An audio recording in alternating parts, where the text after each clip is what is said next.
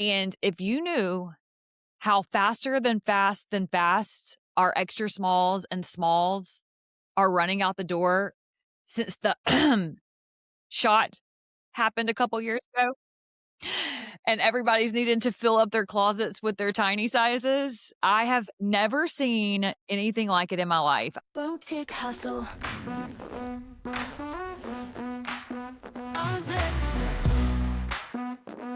Hello, everyone, and welcome back. Today, we're talking all about Easter. This is going to be the Easter edit and how we are selling for all the spring occasions without turning your boutique into a literal Easter basket. Exactly, because every year some boutiques go too hard into Easter and then other times they completely miss the mark. So, good topic to be on.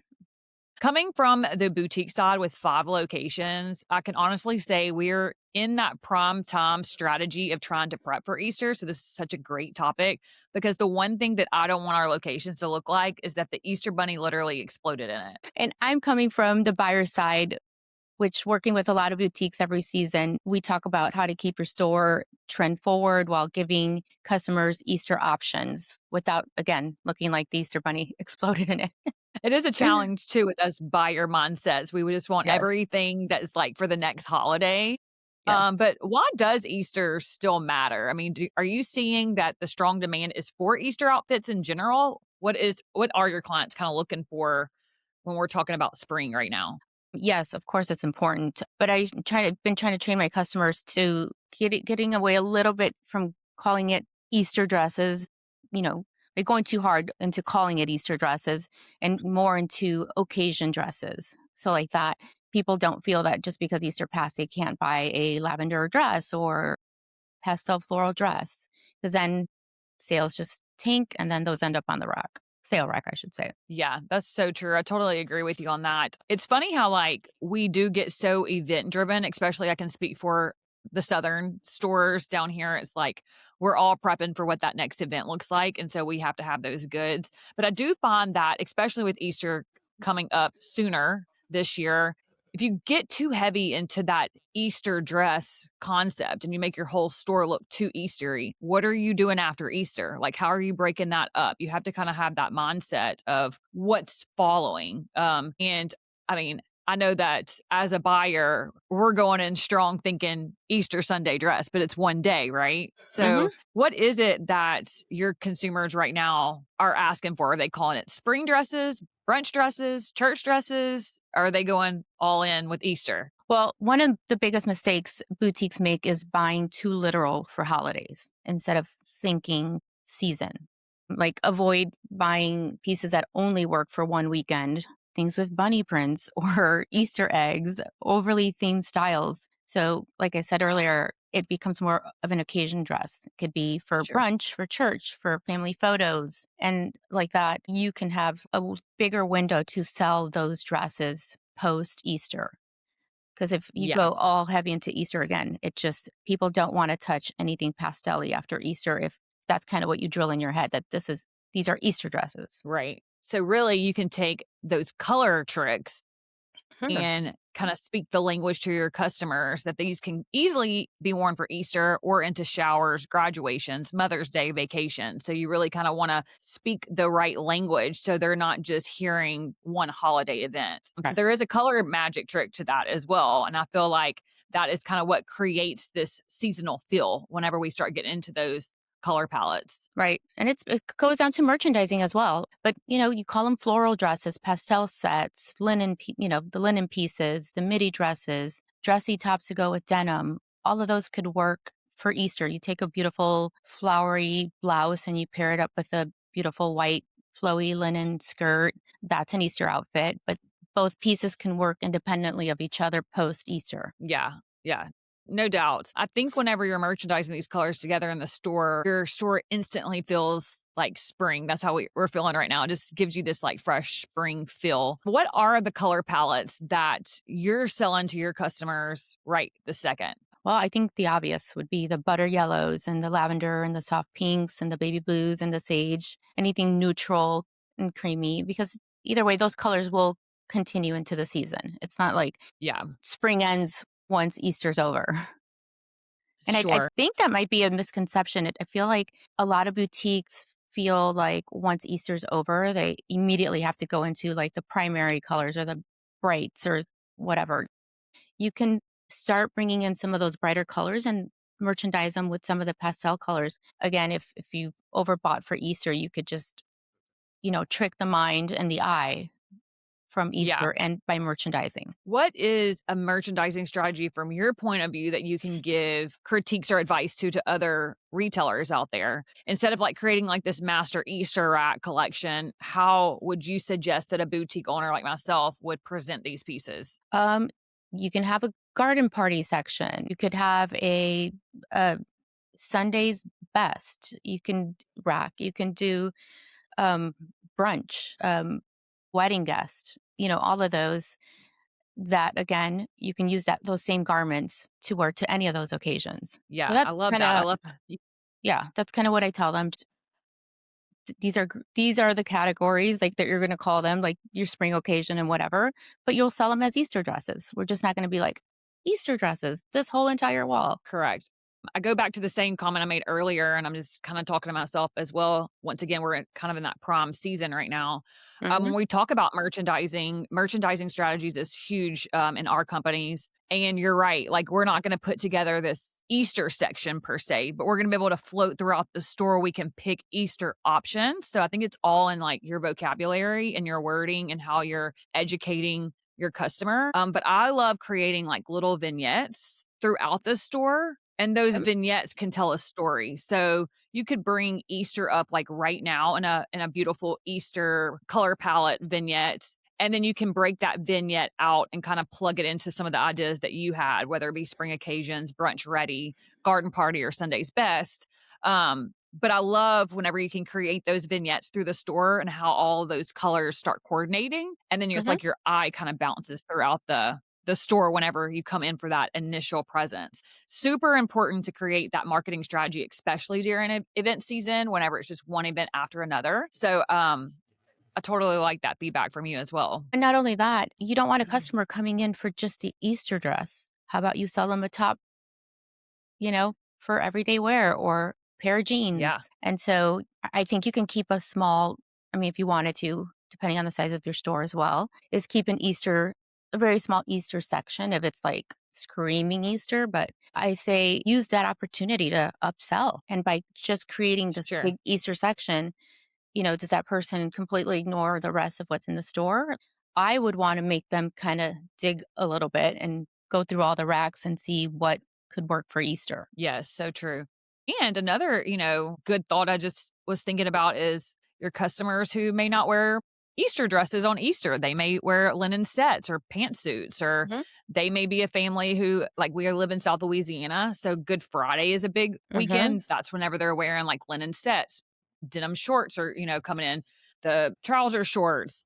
So, like, the vibe of what they're buying for Easter weekend's a little bit different than a traditional Easter dress. So, like, if you're going through the store and your every dress that has pastels or florals, you're speaking Easter, then it could actually turn a consumer off too whenever they're like, "Oh, well, that's not what I'm looking for," but they may have a brunch or a shower that Mhm. if you would have spoken the right terminology, then it would trigger them to like, "Oh, yeah, I do have that event in April that I could wear that floral dress to." Mhm. So it's definitely so true. What about last minute shoppers, Sonia? Like your every boutique owner knows that customer shopping 2 days before any event is happening. So we know that leading up into Easter, that Wednesday, Thursday, and Good Friday, people are hurrying in. What is a strategy that you're giving your consumers based off the date this year of Easter and when they should either stop bringing in that merchandise or should they continue on? Like, what is your feedback on that? Well, I think as you get closer to Easter and that window starts to close and you have all these pastel dresses and hopefully you've merchandised them like we spoke earlier, you start kind of like gathering whatever leftovers you have and keep a, grab and go kind of rack, you know, that last week before Easter. Hopefully everyone's done their shopping by then, but that Friday, Saturday kind of condense, whatever broken sizes you have and make a little rack for someone that, like, again, is a last minute shopper like myself and needs to run in, doesn't have a lot of time to think, and just wants to grab and go. So yeah, it's okay to have that rack I'll be honest. as you get closer to Easter so that, you can steer people to that little rack and help you kind of get rid of those particular dresses. So true. I'm that way too. I am a like, well, we know this. Fly off the seat of my pants. Like, what's today? What's happening tomorrow? It hasn't even like crossed my mind. What's just happening right now? So it's like, oh, Easter. It's going to be in 2 days, and I haven't bought anything for my entire family. So I'm that customer. So we definitely have to always be prepared for those people like myself. And we are. We always make sure that we do have those last minute goodies. And then the thought process too, if we're bringing in the new merchandise the week of, can we continue on to sell that for Mother's Day, graduation, weddings, guests? So Are if you you can, guys do you guys go to do the whole church thing and get up Sunday morning we and do. okay. Yes, we do. We're the traditional wake up, put on the Easter dress, go to church, go to brunch, then come back, change into your comfy sets Mhm. and some sneakers, and then Easter egg hunt. So that's kind of like our traditional Yeah. momentum that we always I do. mean, I grew up doing that, but as I got older and moved to LA, we don't do the church part, sorry. And, we still wanna get cute, but we wanna be comfy because we do go out for brunch and then do the Easter egg hunt as well, and Yeah. it gets very competitive. Oh, I can only imagine with y'all. Yeah. Do y'all do the little thing? I forget what it's called down here. My husband would know if he was sitting here. I'm not from South Louisiana, I'm from North Louisiana, and believe it or not, the cultures are like insanely different. Really? But they do where they get the eggs that you like boil and paint, and then Uh-huh. they hit like you take one, and then the other person takes one, and then you go in the middle and like hit the eggs together, and whoever cracks the egg loses or something. I don't know. I forget what it's called, but it's funny. They all go around doing that. It's That's like so one of their funny. little southern cultures down here with the Cajuns. But yes. So Okay, then well let's talk. I'm gonna give So a tip on that. sorry. You should probably get the, cage-free, like, natural brown eggs. Those are usually harder shell. Okay, good to note. Just note to self. We do an Easter egg toss as well. Cute. It's not cute, it's That's fun. messy. It's like I have to So take you all got my jewelry off and oh, you like do it with boiled eggs or raw eggs? No, yeah. My father-in-law's Ew, that is crazy. gross.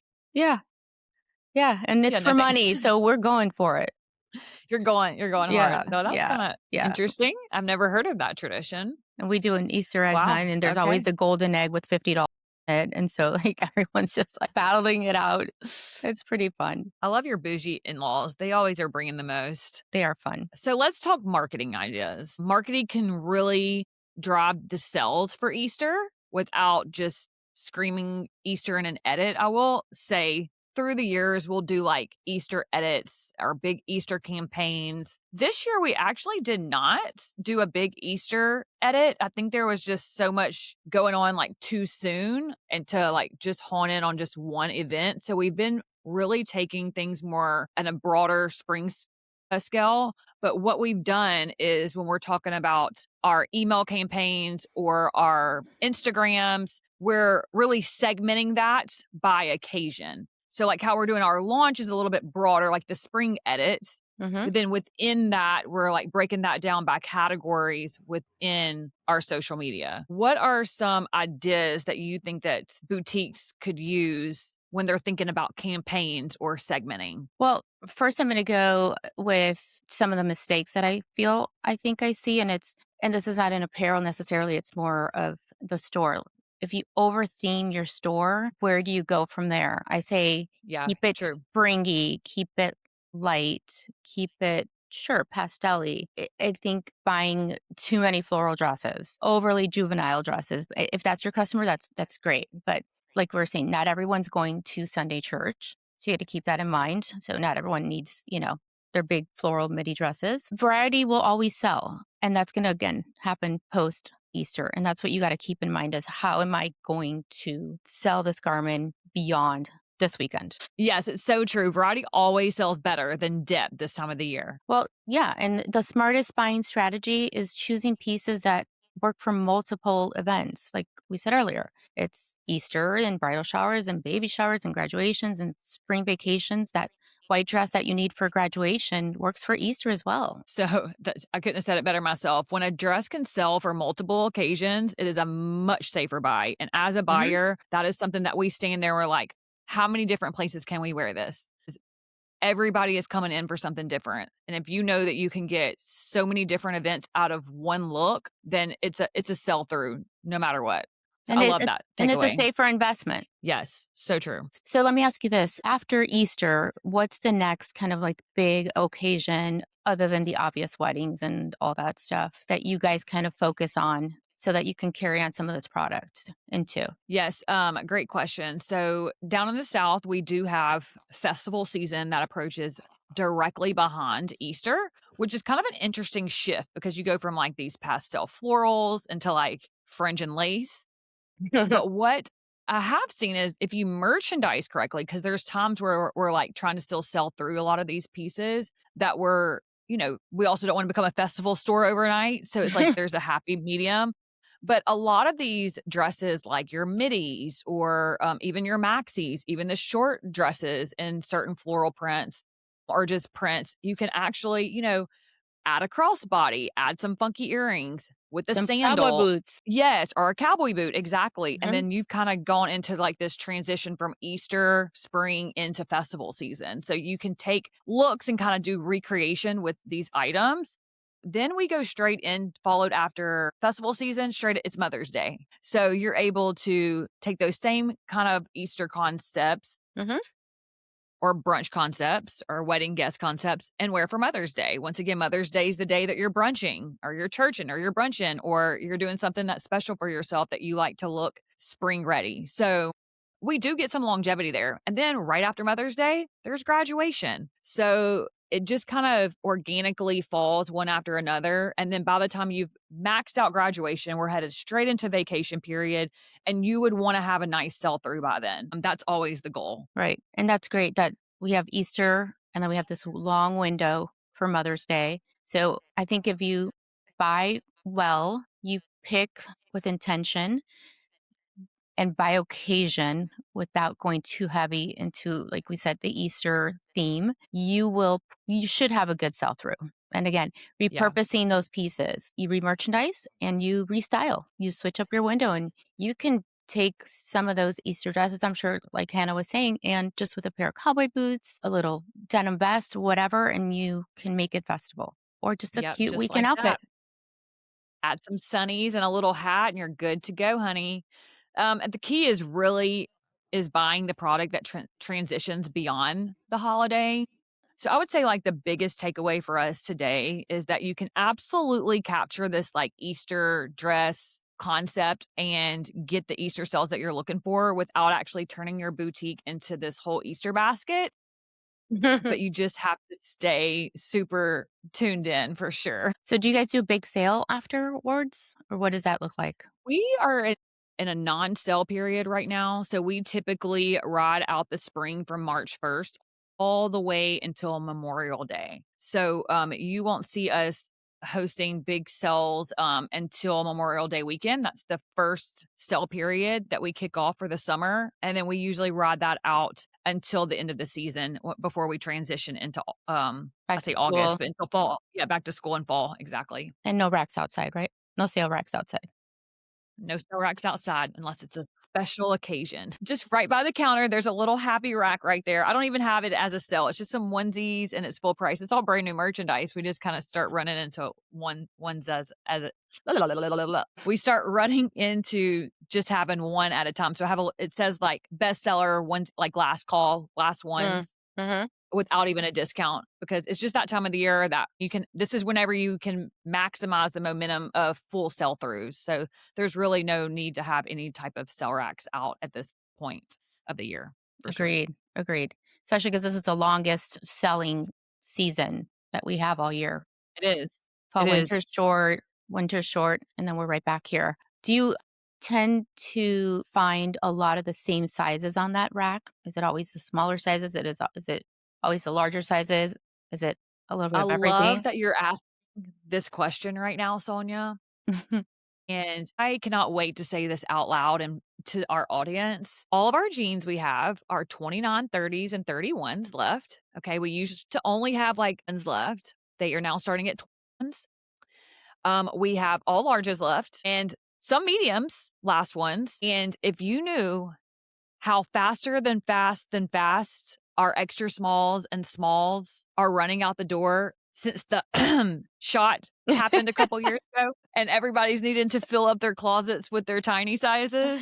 I have Uh, never seen anything like it in my life. I was talking to our home location the other day and we were laughing about it because I was like, everybody just wants extra smalls and smalls. We get one extra small. A lot of our vendors don't even sell extra smalls. right, Sonia, can you right. bring this to the table to our vendors? Because every vendor should have extra smalls and it shouldn't be a 1-2-2-1 anymore. It should actually be like A a one 3-2-2-0. We should get 3 extra smalls, 3 smalls, a medium, and a large. There Like, should be the that's Ozempic it. pack or the regular pack. Exactly. 100%. It is wild and crazy out there. But you know what I'm noticing? I mean, this is a real conversation, and I know we're kinda going off topic, but is I'm a little frustrated because it makes me wanna just reorder extra smalls and smalls, but you have to reorder in packs, and that's frustrating for me as a Don't do that. a a retailer. I feel like there are so much missed opportunities when you can't reorder in broken packs or just in sizes. Because like, there's things that are sitting on my rack, I have medium and larges, so it's making the rack still look pretty, but I have no extra smalls or smalls, or it didn't even come in an extra small, but I still need to sell Rarely. the other 4 items. I sold the extra small, sold the small, but I need to sell the other medium and larges, right? Mhm. To be able to sell through that entire pack and get my profit back out to plug into other things. So I was really going through the store the other night. I was like, wow, I was kind of interested to see some things that we still had stock of, but it's because it's sizing. It's a sizing thing. So, gosh, I would love people's feedback under our comments on this. And I would love Ken to actually put this in a little short reel so that we could get some comments to see She's trying what to is persuade the happening. vendors.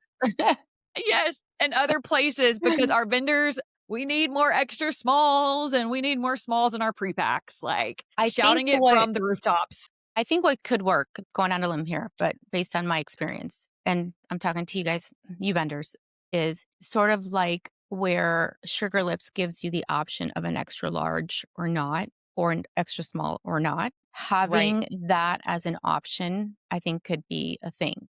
So I know there's a few vendors where you can take as many extra smalls or extra larges as you want because, I mean, look, not everyone's on Ozempic, right? It's a trend now and, hopefully everyone stays thin and healthy, but they're selling Or to for our more sake, than eat a couple just hamburgers. yeah. You're gonna put I fast just food need out to of sell business. those medium and larges. Y'all get y'all some Sonic hamburgers. Yeah, and it's, their market is much bigger than the South, and I know that Ozempic is not particular to the South, but, the Midwest, there's Wisconsin, there's Minnesota, there's Oregon, it's difficult for the vendor because then they end up with the same problem, but for them, it's worse. It's too much, Yeah. merchandise on No, on the shelf. I t But right. I think putting it out there is if some vendors could start considering offering open sizing for extra smalls or And larges. smalls. Yeah. And smalls, I'm telling you, like, But if they're already it doing 3, makes 2, a 1, weekend. you can do a 2, Yes. 3, 2, 2, or Or, whatever, however it's gonna yeah, work for something you. like that. Yeah. Because in my case, Right. I have a client that she loves extra larges. She sells large sizes A all ton the of time. them. She also sells a lot of Yeah. plus. So those people do exist and she does very Right, well with the larger 100%. sizes. But Yeah. yeah, I think that could be a good workaround. And it doesn't Yes. maybe it's not permanent, but till there's no more GLP-1 or something. Till people get hungry again. But so to go off of that, and like I said, I know we're going off the deep end here, but the feedback I get from my customers, I mean, I was in the store this morning and she was like, y'all run out of y'all smalls. And I never can find the extra smalls. And I'm like, we put her on the extra small list because There's there's only one, very right? far in, we only get one and not everybody sells extra smalls. I mean, I can speak for Ontro. I know that Ontro is a killer brand for a lot of retailers out there. And they have like, it's like a very true to size brand, but it has room, so even a small is like, there's room there. I mean, you could be up to a 6 and still wear the small and an Ontro, but if you're a Mhm. 0, like, it's too big for you. So, like, Entour, I feel like would benefit hugely by offering extra smalls without a doubt. I know that they would benefit from that. And then I wish that every one of our vendors had extra smalls. We also cater, to younger girls who are in high school right now. They're shopping for senior trip pictures. And one of the biggest issues is that they're all tiny. They haven't filled out the hips or their chest yet. Even the extra smalls kind of float on them at their ages right now. So it's like, because we don't want to go into like a preteen by all means, but I think that if we had more options with vendors with extra smalls, we would definitely be able to mix and match, because we do sell zeros and 24s and bottoms, but we have a hard time with the top aspect of it because They're not they're filled not out yet. But I correct. So feel like teenagers these days, they're like, I didn't look like that when I was a teenager. They're like women. Their bodies are just they're like, hot, just insane. but They're they're like, sick, like amazing. I'm like, "Woof, good for I them, know. maybe?" I don't know. Terrible on the Yeah. dads and No, for moms. sure. They probably hate every minute of it. No Thank God doubt. my daughter is grown.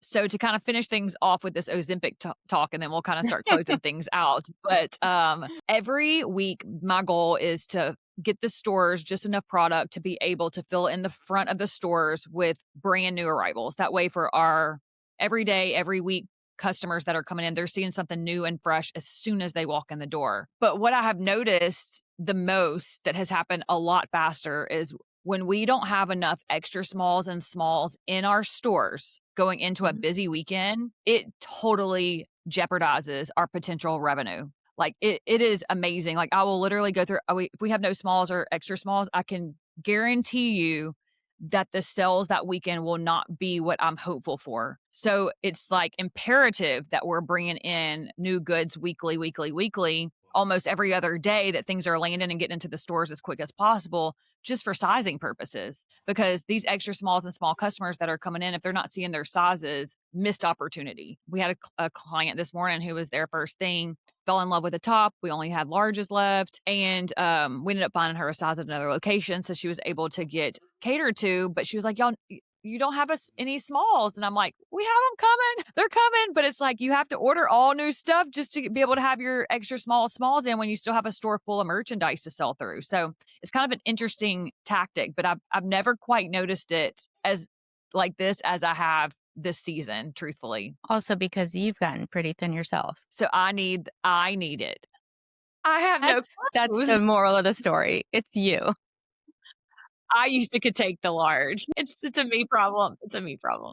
I'm gonna go ahead and I guess love that it. there are boutiques that probably have the opposite problem, is they get stuck with all the smalls. Yeah, So, you're probably hey, right. what if there were an exchange situation? A website where you guys could exchange sizes with The other boutiques. sizes.